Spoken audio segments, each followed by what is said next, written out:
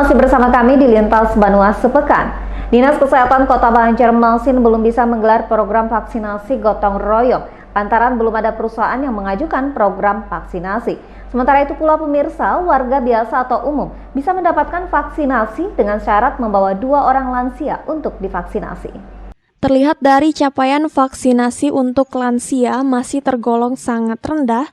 Dari yang ditargetkan sebanyak 55.720 lansia, vaksinasi dosis pertama hanya mencapai 7.299 orang atau sekitar 13,10%.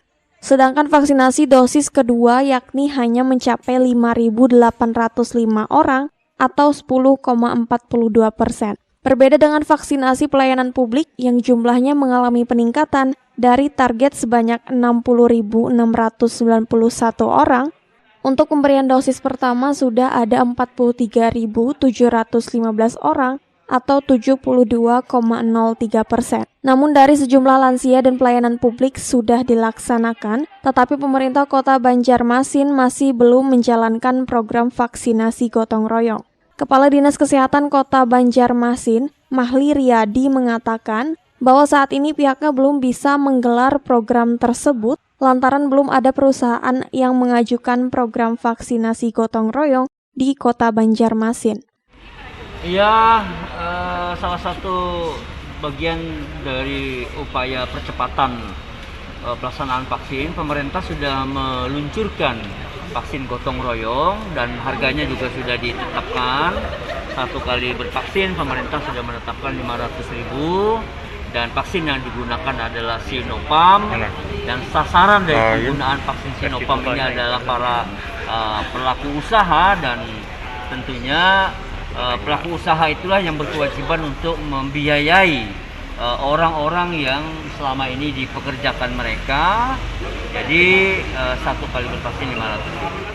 Seusai Kementerian Kesehatan juga mengeluarkan Peraturan Menteri Kesehatan atau Permenkes nomor 10 tahun 2021 terkait vaksin gotong royong. Tarif vaksin tersebut dari harga tertinggi Rp321.660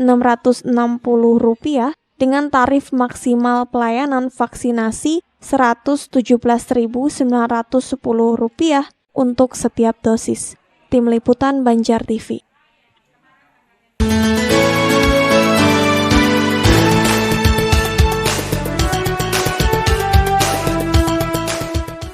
Guna memenuhi target vaksinasi lansia di Kota Banjarmasin, Pemko Banjarmasin melalui Dinas Kesehatan, Dinkes Kota Banjarmasin melakukan berbagai upaya. Sebelumnya, Dinkes melakukan gebyar vaksinasi di tempat ibadah yang dilakukan pada saat bulan Ramadan kemarin. Kali ini Dinkes kembali melakukan aksi serupa. Selain itu, Dinkes juga mengajak setiap warga Kota Banjarmasin bisa mendatangi puskesmas terdekat untuk mendapatkan vaksinasi. Namun terdapat beberapa kriteria baru yang mana warga biasa atau umum bisa mendapatkan vaksinasi dengan syarat membawa 2 orang lansia untuk divaksinasi.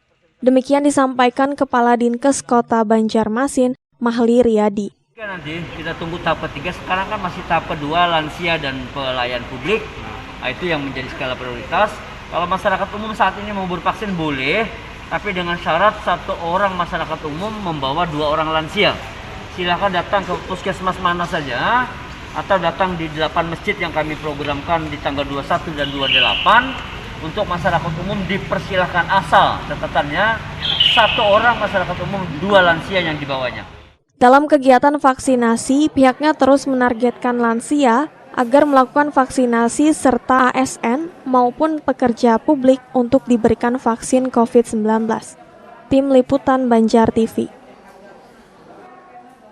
Selanjutnya pemirsa masih berbicara mengenai vaksinasi, di mana kali ini Wali Kota Banjarbaru Aditya Mukti Arifin memantau pelaksanaan vaksin kepada tenaga pendidik di Kota Banjarbaru, didampingi oleh Kapolres Banjarbaru AKBP Doni Hadi Santoso, Kepala Dinas Pendidikan dan Kepala Dinas Kesehatan. Sementara itu pemirsa, guna ikut mensukseskan program pemerintah dalam memutus mata rantai COVID-19, jajaran dosen dan karyawan Uniska kembali melakukan vaksin massal bagi mereka yang belum mengikutinya. Menghadapi pembelajaran tatap muka, kesiapan tenaga pendidik menjadi prioritas Pemko Banjarbaru untuk dilakukan vaksinasi terhadap pahlawan tanpa tanda jasa tersebut. Untuk memastikan hal ini, Wali Kota Banjarbaru, Aditya Mufti Arifin, didampingi Kapolres Banjarbaru, Hadi Santoso, Kepala Dinas Pendidikan dan Kepala Dinas Kesehatan memantau pelaksanaan vaksinasi seperti di TK Negeri Daman Banjarbaru, Jalan RO Ulin Loktabat Selatan. Nampak ratusan guru sedang menjalani suntik vaksin.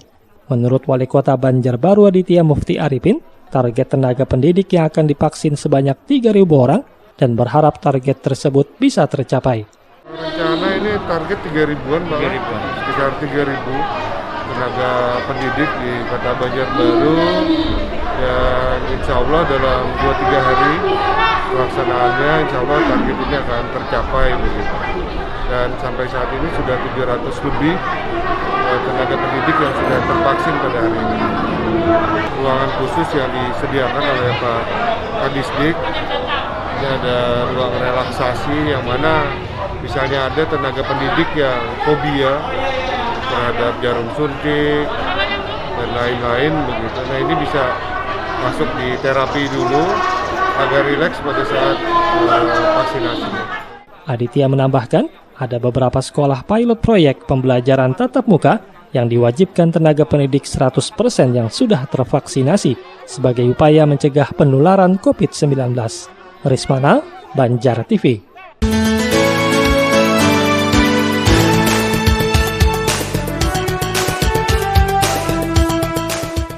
Guna ikut mensukseskan program pemerintah dalam pelaksanaan vaksinasi, untuk yang kesekian kalinya Universitas Islam Muhammad Arsyad Al-Banjari kembali melaksanakan vaksinasi massal bagi para dosen, karyawan yang masih belum melaksanakan tahapan vaksinasi tersebut. Pelaksanaan vaksin yang dilakukan di salah satu ruang perkuliahan tersebut diharapkan dimanfaatkan bagi para dosen dan karyawan yang belum mengikuti vaksin agar target seluruh para dosen dan karyawan dapat mengikuti vaksin tercapai 100%. Sehingga diharapkan jika memungkinkan, ke depan ini menjadi langkah dan upaya menghadapi pembelajaran tatap muka jika memungkinkan dilaksanakan pada semester ganjil mendatang. Hal tersebut seperti yang disampaikan Rektor Uniska, Abdul Malik kepada Banjar TV. Berapa sudah? Semua. Jadi kami sebagian yang belum vaksin, hari ini kami melaksanakan vaksin secara massal ya. Oh, massal ya. Jadi staf kami, dosen kami yang belum melaksanakan. Nah, jadi ada sekarang di situ, mungkin nanti beberapa hari gitu nanti. Berarti yang datang dari puskesmas ya? Iya. Yang lainnya kan sudah kemarin. Tinggal yang belum itu vaksin di sini. Berapa orang kira-kira yang berapa persen lah mungkin kira-kira? Ini tinggal sisanya ya. Sekitar tinggal 70 atau 80 staf. Berarti sesuai nanti targetnya berapa? Semuanya dosen, semuanya ini nanti akan kita lakukan vaksinasi. Dengan adanya vaksinasi ini kita berharap mudah-mudahan COVID-19 ini akan mulai reda. Sehingga nanti ke depan semester ganjil kita harapkan nanti bisa mulai tatap muka kalau memungkinkan. Memungkinkan ya. Untuk di Uniskanya udah tahap ketiga ini untuk gelombang ketiga ini. Bagaimana dengan dilaksanakannya vaksin yang artinya jemput bola ini Pak? Gimana Pak? Ya diharapkan sih memang seluruh pegawai karyawan Uniska udah head imunnya udah bisa mencapai 70% ya. Artinya dengan vaksin ini artinya bisa siap untuk melaksanakan tatap muka ya Pak ya? Mungkin nanti ya persiapan ya. Insya Allah siap. Kedepannya dengan upaya ini, pandemi COVID-19 dapat melandai dan angkanya menurun agar proses perkuliahan dapat segera dilaksanakan kembali. Rizali Afandi, Banjar TV.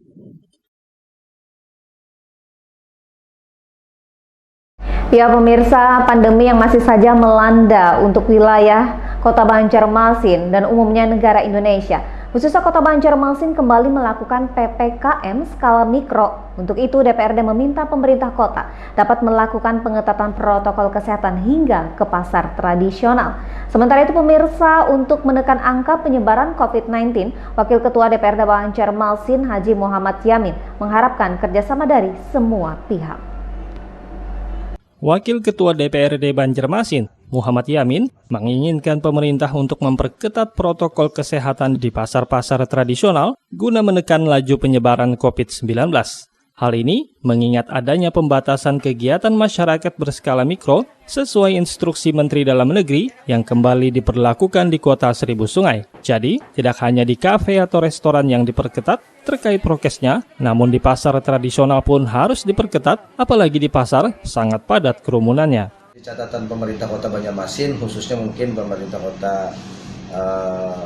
PLT Wali Kota, mungkin PLT Sekda, dan juga mungkin dinas terkait ialah dinas pasar ya kan, atau dinas perindustrian perdagangan juga kami ikut dalam hal ini, agar bisa menertibkan di pasar-pasar yang saat ini mana sangat kita lihat bahwa mungkin masyarakat itu turun ke pasar itu pagi misalnya, mungkin ya belum bersih-bersih mandi-mandi udah turun ke pasar kan.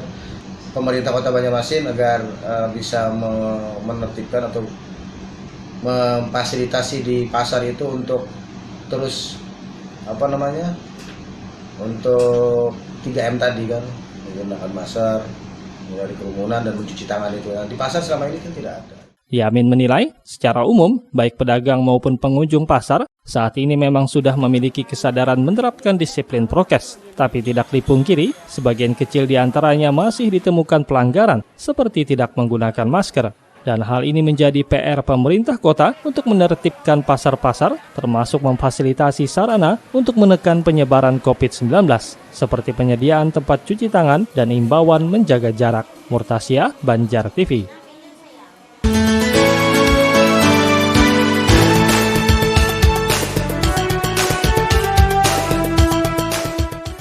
Sementara itu, di sisi lain, politisi Gerindra ini menginginkan perpanjangan PPKM nantinya tidak menyulitkan warga dan menghambat arus perekonomian masyarakat. Sehingga, untuk mengoptimalkan penanganan COVID-19 di tingkat RT RW dan kelurahan demi pengendalian penyebaran virus corona, maka diharapkan adanya kerjasama semua pihak. Ya, kita tidak kembali juga, jangan adanya PPKM ini bisa menghambat jalan arusnya perekonomian di Kota Banjarmasin ini. Karena kita sangat merasakan selama adanya pandemi COVID ini, perekonomian di Kota Banjarmasin sangat drastis menurun.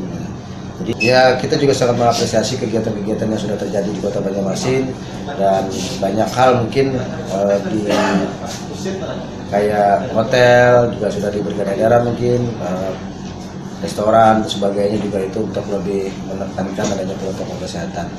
Nah, dari dari PPKM yang ada di Kota Banjarmasin, kita sih kembali lagi juga mengharapkan kerjasama artinya dengan masyarakat yang ada di Kota Banjarmasin.